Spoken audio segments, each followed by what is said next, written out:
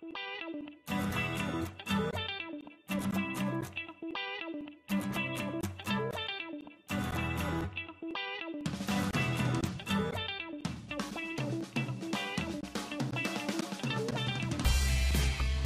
une mission de service public financée par la préfecture de région Bretagne, le Conseil régional de Bretagne, pour faciliter l'accès aux données environnementales de la région.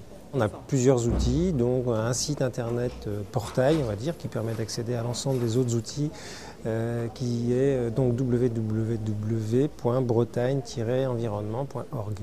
Alors il y a un accès thématique, ça peut être patrimoine naturel, eau, déchets, énergie, air, sol ou sous-sol par exemple, ou alors des accès par type de documents. Donc on va avoir des accès à des cartes, des accès à des données ou des accès à de la documentation, à des brèves ou aussi aux événements qui ont lieu dans la région Bretagne concernant l'environnement. Les différents outils qu'on propose à travers ce site visent différents types de publics, ce qu'on appelle communément le grand public.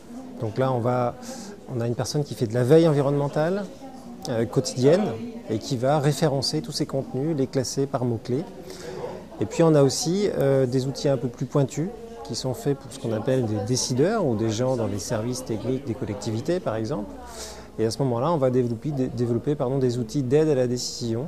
Donc ce sont des outils interactifs en ligne qui vont permettre d'afficher des données qui correspondent à son échelle, à son territoire. La donnée, elle est plutôt par thématique, comme je disais tout de suite, c'est-à-dire qu'on va avoir une entrée déchets, mais on aura quelques difficultés à afficher la valeur des déchets produits par les touristes spécifiquement et en plus sur une période donnée de l'année.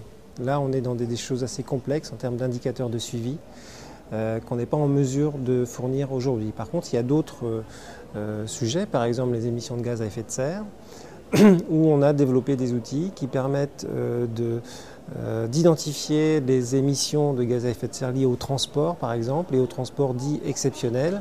Et là, on se rapproche des phénomènes de tourisme ou de résidents en vacances sur leur territoire qui aussi se déplacent.